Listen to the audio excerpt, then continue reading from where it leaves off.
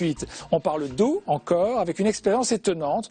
Dans l'eau que vous buvez au robinet, il y a souvent du chlore. Vous allez voir le test en guise d'introduction à notre dossier ce soir sur la qualité de l'eau. Il n'y a pas que du chlore dans l'eau que nous buvons. On y retrouve parfois des traces d'excréments humains, des pesticides également. Résultat, on constate beaucoup plus de gastro-entérite à La Réunion qu'en métropole. Dossier signé Nadia Tayama avec Francis Bourgoin.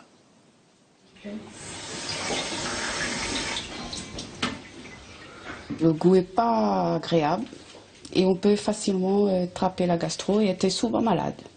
La gastro-entérite, les infections urinaires. Marie-Sabrina Boyer a dû faire face à ces différentes affections qui n'ont pas épargné ses deux enfants. Elle est persuadée que l'eau du robinet est la source de tous ces maux. L'eau n'est pas propre.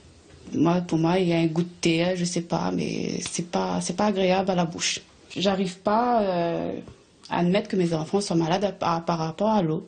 Et puis il y a le goût de javel aussi, quand il y a après les grosses pluies, on sent direct qu'ils ont traité et c'est pas agréable. L'eau des captages chlorée afin de la désinfecter. Nous avons réalisé un test pour vérifier la présence de javel dans l'eau du robinet. J'ai le même matériel que les piscinistes. pH chlore. 1, 2, 3, 4, 5 gouttes. Voilà. Voilà à quoi ressemble votre eau du robinet. Et lorsque vous lavez vos aliments avec cette eau, les denrées absorbent le chlore. Démonstration. Regardez, je vous fais un petit test, je prends un verre ici de robinet. Qu'est-ce que vous faites de bon comme carré, vous, madame Boyer? Aujourd'hui, rien. Rien? Non. On peut pas rester manger alors? Non, c'est déjà cuit. Bon, allez. Je prends mon oignon, et ben je vais nettoyer. Donc je passe à l'eau du robinet. Je vais faire mon réactif au chlore, comme tout à l'heure. Je vais mettre 1, 2, 3, 4, 5, 6 gouttes ici, là où j'ai lavé mon oignon, et 6 gouttes ici, où là c'est l'eau du robinet sans avoir nettoyé l'oignon. 1, 2, 3, 4, 5, 6. Qu'est-ce qui se passe, madame Boyer? Eh bien, on s'aperçoit que là où j'ai lavé mon oignon, il n'y a plus de chlore. Et là où je n'ai pas nettoyé mon oignon, il y a encore du chlore. Ça fait peur, en fait, de voir qu'on avale ça tous les jours et qu'on ne se rend pas compte déjà. C'est et qu'on ne voit pas que c'est dangereux pour nous. C'est impressionnant. Impressionnant, inquiétant, 58% de la population réunionnaise sont alimentés par une eau dont la qualité est non maîtrisée. Résultat du bilan 2013 de l'Agence régionale de santé. Pourquoi un tel constat? 210 captages assurent notre alimentation en eau potable. 60% proviennent de l'eau superficielle, une eau impropre en cas de forte pluie.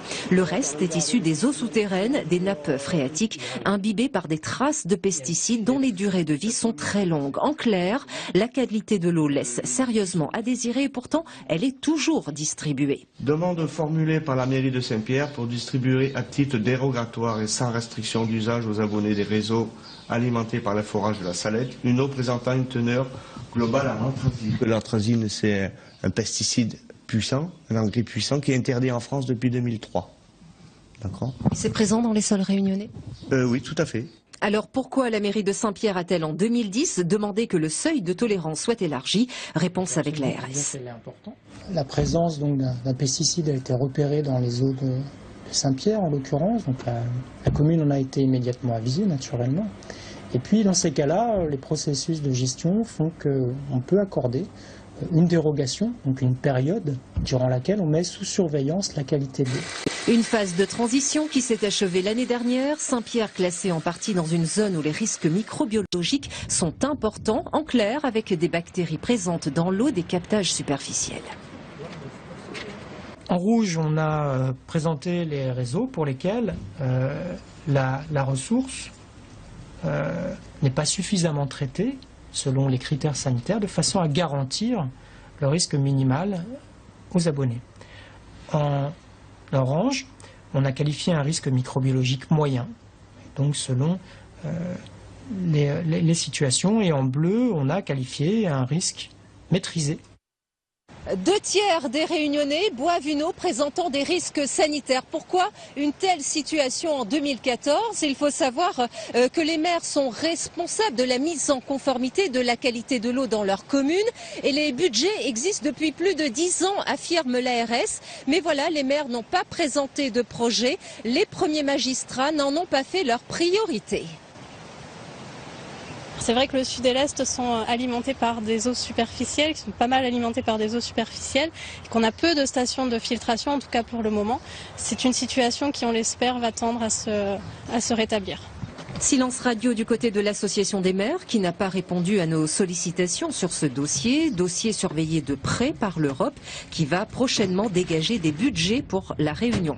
À ce jour, Brapanon, Sainte-Suzanne, les Avirons Saint-Pierre et le Tampon s'inscrivent dans la démarche d'une conformité de la qualité de l'eau.